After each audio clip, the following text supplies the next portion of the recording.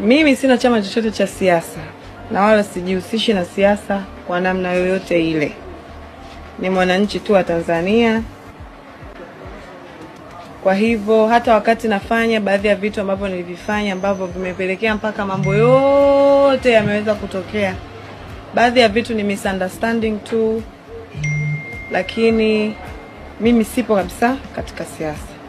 Ila namshukuru Mungu kwamba uchunguzi umefanyika sehemu tofauti tofauti na msamaha umeweza kupita wa Mheshimiwa Rais. Vitu vimeweza kuwa vyepesi na leo niko nyumbani. Lakini zaidi ya yote nishukuru mamlaka zote na nimshukuru sana mamangu kipenzi.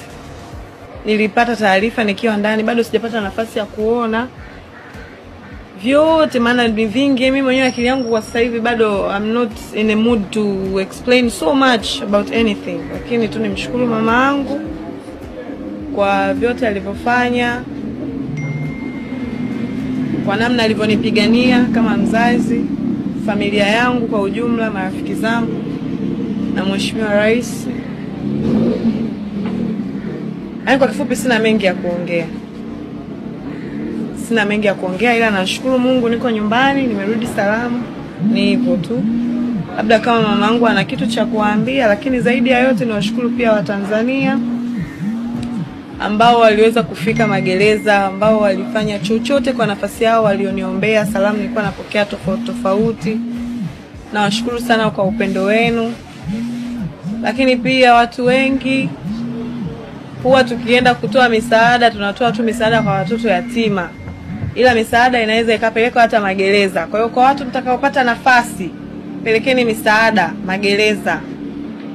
Pampers za watoto, pedi za mama, maziwa, kuna watoto wachanga kule, ndala, nguo, haya mabaibui, madera, kila kitu pelekeni kule misaada.